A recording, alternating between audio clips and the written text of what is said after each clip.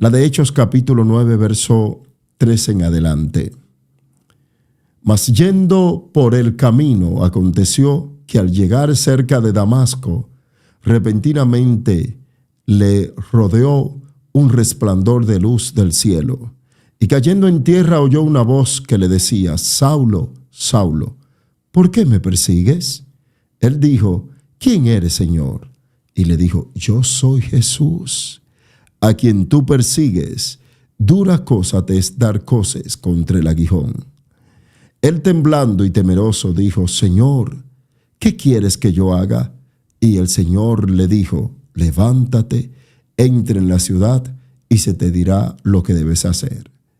Y los hombres que iban con Saulo se pararon atónitos, oyendo a la verdad la voz, mas sin ver a nadie.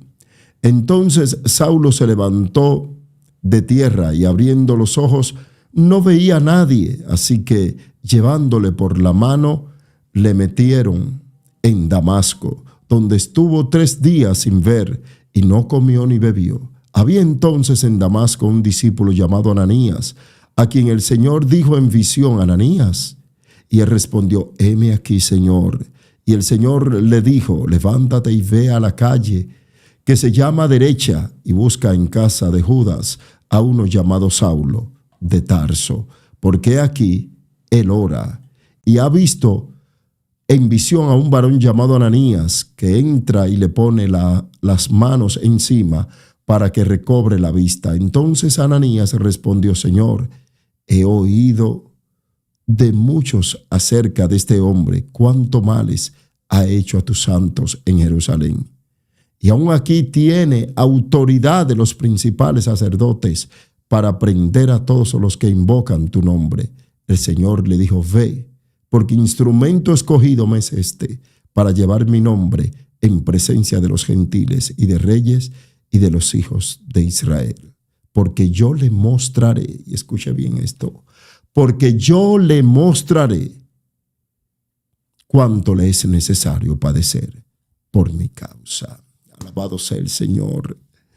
El Dios de lo imposible, ese es el Dios a quien nosotros le servimos. Aquí estamos nosotros escuchando esta historia que nos lleva a pensar lo grande, maravilloso, extraordinario que es Dios cuando tiene un propósito con una persona. Decía anteriormente que hay muchas mujeres, en su mayoría también hay hombres, orando para que su cónyuge, para que esa persona venga rendida a los pies del Señor. Y muchas veces, por más que ora, lo que ve lo contrario.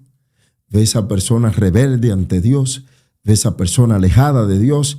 Y muchas veces el enemigo aprovecha todo esto para decirle: no ore nada, ese hombre no quiere a Dios. Tranquilo. Esta historia que llama tanto la atención, porque este hombre que desde su óptica humana perseguía a los herejes, según él, aquellos que no estaban sirviéndole a Dios, aquellos que estaban haciendo alboroto, aquellos que vociferaban tras mencionar un nombre de alguien que se hacía pasar por Dios sin ser Dios o hijo de Dios. Este hombre que estuvo presente cuando lapidaron a Esteban y que probablemente humanamente se gozó y disfrutó aquella lapidación porque desde su óptica él estaba defendiendo los principios y valores que tenían que ver con servirle a Dios. Ahora este hombre tiene cartas para perseguir a aquellos que llevan la verdad, para perseguir a aquellos que estaban predicando las buenas nuevas, pero desde su óptica alborotando. Y este hombre tiene un encuentro con el Señor que le cambió la vida, que marcó un antes y un después. Este es Saulo, más tarde llamado Pablo. Este que iba quizá con todo ese poderío, con toda esa autoridad. Sin embargo, se encontró con el poder de los poderes. Sin embargo, se encontró con el Dios grande y poderoso, amoroso, pero poderoso. Él es el cordero, pero también el león. Y dice que inmediatamente al caer pudo tener esa oportunidad de verle. Él dice, yo le vi. Y textualmente dice que los demás escucharon la voz, pero no le vieron. Esto quiere decir que Pablo le vio. Quiere decir en ese entonces, Saulo le vio. ¿Quién eres? ¿Quién eres? Yo soy Jesús. Yo soy Jesús. Ahora el hombre guapo está asustado. Ahora el hombre que va llevándose el mundo por delante tiene miedo. Ahora el hombre que supuestamente conoce a Dios, se le revela el Dios vivo y poderoso. ¿Quién eres? Yo soy Jesús, al que tú persigues. ¡Wow! Dura cosa te da contra el aguijón. Mientras tú estaba prácticamente persiguiendo a quienes pretendía que eran herejes, yo tenía un propósito contigo. ¿Y ahora qué vas a hacer? ¿Y ahora qué ha de hacer? ¿Y ahora cuáles serán las pautas que vas a tomar? Mire, cuando una persona tiene un encuentro con el Señor, no puede seguir siendo el mismo. Es que hoy el evangelio que muchos han conocido es el evangelio de adaptación, no el evangelio de cambio. Es el evangelio de autohacer sentir nuestros sentimientos, nuestras conciencias un poco alentadas de todas las cosas malas que hemos hecho. Pero el evangelio es cambio. Cristo es transformación. Ninguno que verdaderamente haya tenido un encuentro con el Señor puede seguir siendo la misma persona. No puede. Una persona decir tengo a Cristo y comportarse como si le sirviera al diablo. No puede una persona decir que tiene a Cristo en su corazón y seguir odiando. No puede una persona decir que tiene a Cristo y seguir engañando, estafando, siendo oportunista, haciendo tales cosas que solo evidencian que le servimos a las tinieblas. No puede. Porque cuando Cristo llega, hay cambio, hay transformación, hay vida nueva, hay mente nueva, hay corazón nuevo. Si verdaderamente hemos tenido un encuentro con el Señor, somos nuevas criaturas. No es que no haya pecado en nosotros. No es que no haya fallas, que no nos equivoquemos. Pero los demás tienen que ver que somos nuevos, que verdaderamente hemos cambiado, que verdaderamente ya no somos las mismas personas que éramos antes. Y cayendo en tierra, dice el verso 8, oyó una voz que decía, Saulo, Saulo, ¿quién eres, Señor? Preguntó él. ¿Quién eres, Señor? Cuando él le dijo, ¿por qué me persigues? Y él dijo, ¿quién eres, Señor?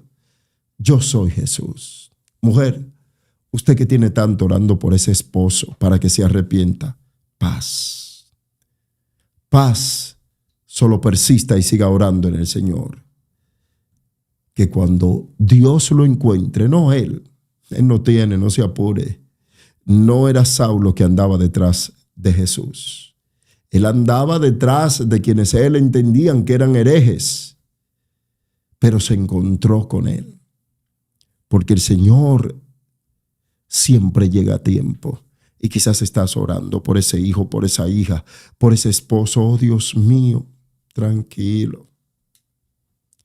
Que el que convence es el Espíritu Santo, no somos nosotros, no son nuestras oraciones, incluso no es nuestro testimonio, puede ser parte, puede ser el medio que Dios use, pero quien convence es el Espíritu Santo.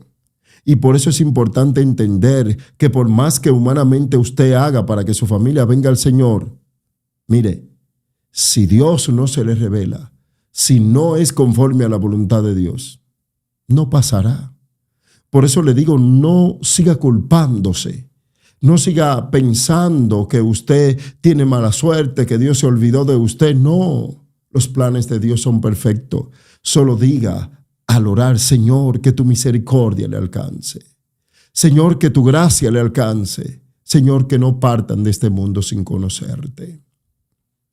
Porque quien hace la obra es el Espíritu Santo.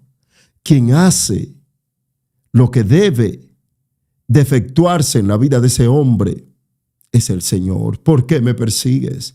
Y él dijo, ¿quién eres, Señor? Él le dijo, soy yo, Jesús, a quien tú persigues.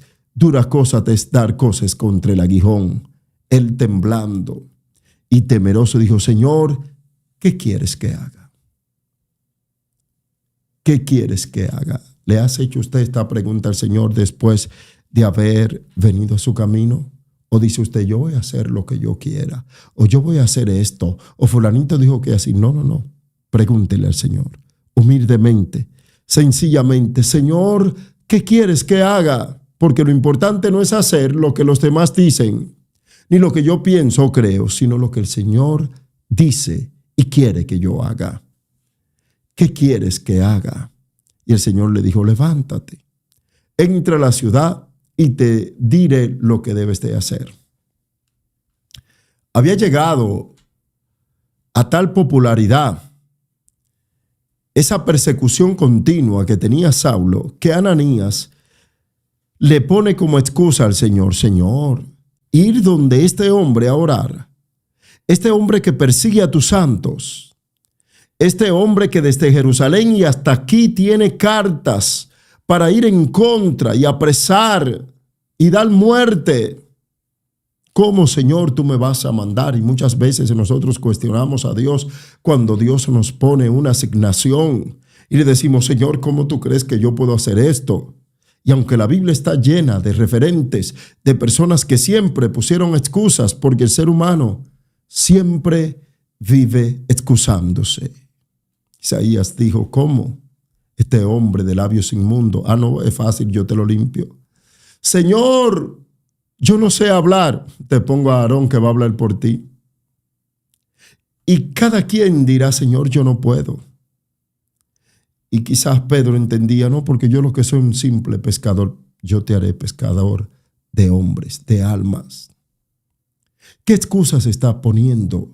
Quizás en el momento como Ananías, que aunque glorificamos al Señor porque entendió que era más importante obedecer a Dios que su criterio personal o lo que él podía entender que estaba pasando o que había pasado con quienes se acercaban a este hombre llamado Saulo. ¿Cuántas excusas vamos a seguir poniendo delante de Dios para no hacer lo que Dios nos ha asignado? Señor, este hombre peligroso, y él dice, levántate y ve a la calle que se llama derecha y busca en casa de Judas a un llamado Saulo de Tarso, porque aquí él ora y ha visto en visión a un varón llamado Ananías que entra y le pone las manos encima para que recobre la vista. Ananías, no hay quien pueda sustituirte. Eres tú, ya él lo vio. Hay gente de tus parientes, hay gente de tu entorno, hay gente que se relacionan contigo, que eres tú que tiene que llevar el mensaje, que ya Dios lo ha diseñado porque eres tú que tienes que compartir la verdad y tú estás diciendo que lo haga otro, que lo haga fulano. Eres tú quien tiene que invitar a esa persona a la iglesia. No es otra persona, es a ti que Dios te ha asignado y tú estás buscando excusas, justificaciones, o está buscando un reemplazo, está diciendo, Señor, yo no sirvo para esto, reemplázame con otro. No, eres tú. Y esto es importante porque el Señor no podía mandar a otro. Él le dijo, oye, ya Saulo vio en oración que eres tú que va a ir. Eres tú que tienes que ir. Entonces Ananías respondió, Señor, he oído. Hay gente que se lleva de lo que ha oído. Y lo que él había escuchado no era mentira, pero hay personas que le estamos prestando más atención a las persuasiones que a la voluntad de Dios. Y él le dice, he oído de muchos acerca de este hombre, cuántos males ha hecho a tus santos en Jerusalén. Y aún aquí tiene autoridad de los principales sacerdotes para prender a todos los que invocan tu nombre. El Señor le dijo, ve, Ve, porque instrumento escogido me es este para llevar mi nombre en presencia de los gentiles. Es verdad que los evangelios son extraordinarios. Es verdad que muchas de estas cartas escritas, entre ellas por el mismo Juan, por Pedro, que hablar de Santiago, de Judas, son el libro de los Hebreos, pero los demás presentan dignamente al Señor, lo presentan dignamente. Ahora Pablo, a través de sus cartas, lo presenta personalmente, íntimamente, relacionándose con el ser humano en su día a día, en cómo debe de comportarse, en esas cosas que quizás pasan por alto muchas veces para nosotros. Pablo las enfoca, de cómo debemos de comportarnos, vivir, pensar, accionar, incluso vociferar. Y este hombre que no estaba desde la óptica humana elegido para servirle a Dios, Dios lo había marcado. Quizás te has resignado con algunos parientes tuyos. Ella le gusta mucho la disco, por lo tanto, no perderé mi tiempo predicando. Fulano. A fulano no le digo yo Dios te bendiga ni de casualidad, porque ese mundo es lo que a él le gusta. Háblele de Dios. No vamos nosotros a determinar quién se va a salvar o quién no. El trabajo para eso es de Dios. Usted y yo estamos siendo llamados a predicar. Y digo esto porque muchas veces nosotros, incluso cuando salimos a dar tratados, a predicar el evangelio, a compartir las buenas nuevas, hacemos acepción de persona. Si nosotros vemos a una persona como que le vemos demasiado desde nuestra óptica, el mundo, decimos, ese no tiene eso. ¿Quién te dijo que no? Y vemos a este tan tranquilo que quizá, y cuando viene a veces un ateo, cuando viene a veces una persona que no quiere saber de Dios, pero yo vi la apariencia y yo creo que ese que puede escucharme. Vamos a hablarle a todo el mundo de Dios, al ateo, al no ateo, al que creemos que es más impío que todo el mundo, o aquel que creemos que socialmente es santo, que es íntegro, que no rompe un plato, también necesita de Dios. ¿Quién le iba a decir a los seguidores de Jesús que el Señor iba a elegir a Saulo? Y quizás muchos se preguntaron en aquel entonces, ¿no había otro? ¿No había alguien más? El Señor sigue haciendo de lo imposible posible. Es el Señor al que nosotros le servimos. Es el Señor el que muestra su gloria. Y dice que Ananías se fue. Y es importante obedecer a Dios. Fue entonces Ananías y entró en la casa y poniendo sobre él las manos, dijo, hermano Saulo. Miren lo importante que es obedecer a Dios, porque cuando Ananías le habla al Señor de Saulo, él le dice, y vamos a buscarlo. Y miren la palabra que le dice. Entonces Ananías responde, Señor, he oído mucho acerca de este hombre, que yo no quisiera ni relacionarme quizás, no quiero oír. Cuando viene a ver es una trampa. Pero se le olvidó que es el Señor que lo está enviando. Y dice la palabra, fue entonces Ananías, entró a la casa y poniendo sobre él las manos, dijo, hermano Saulo, qué bello, qué extraordinario, porque esto nos dice mucho a nosotros. Nos habla de un cambio en Ananías, pero nos habla de una aceptación en Dios para Saulo. Ya no es el mismo perseguidor. Ahora estas palabras le hacen entender que él forma parte de la familia de Dios. Hermano Saulo, el Señor Jesús, que se te apareció en el camino por donde venías, me ha enviado para que recibas la vista y seas lleno del Espíritu Santo. ¡Wow!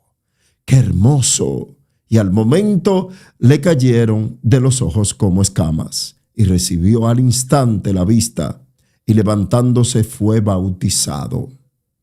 Y habiendo tomado alimento recobró fuerzas y estuvo Saulo por algunos días con los discípulos que estaban en Damasco.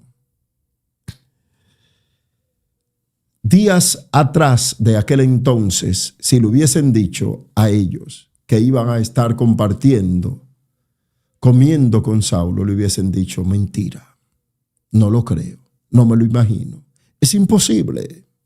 Pero para lo que el hombre ve difícil, las cosas que el hombre ve imposibles, las cosas que el hombre ve que no hay cómo hacerlas, para eso está Dios. Para esas cosas que tienes ahí que no puedes tú. Y que qué bien que tú no puedes, porque así se te va ese orgullo, esa autosuficiencia. Y te das cuenta que quien hace la obra es Dios.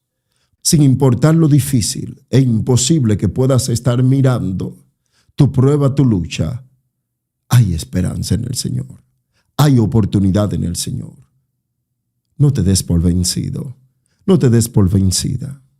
No hay cosa grande que Dios no pueda hacer. Ora y confía. Cree y no desmayes. Deposita en el Señor ese problema que te agobia tanto y de seguro que vas a ver un cambio. Este relato nos hace entender, primero, que Dios no hace acepción de persona. Segundo, que no hay imposible para Dios.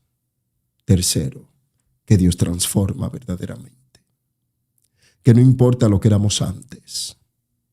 Que no importa lo que los demás pensaban que éramos. Cuando Dios cambia, los demás tienen que ver ese cambio. Padre, te bendecimos, te glorificamos. Gracias te damos. Esperanzados estamos que éstas entren en lo más profundo de nuestros corazones y podamos ponerlas en práctica. Señor, ayúdanos a cada día vivir conforme a tu voluntad y entender, Señor, que tú sigues siendo Dios grande, poderoso y que para ti no hay nada imposible. Amén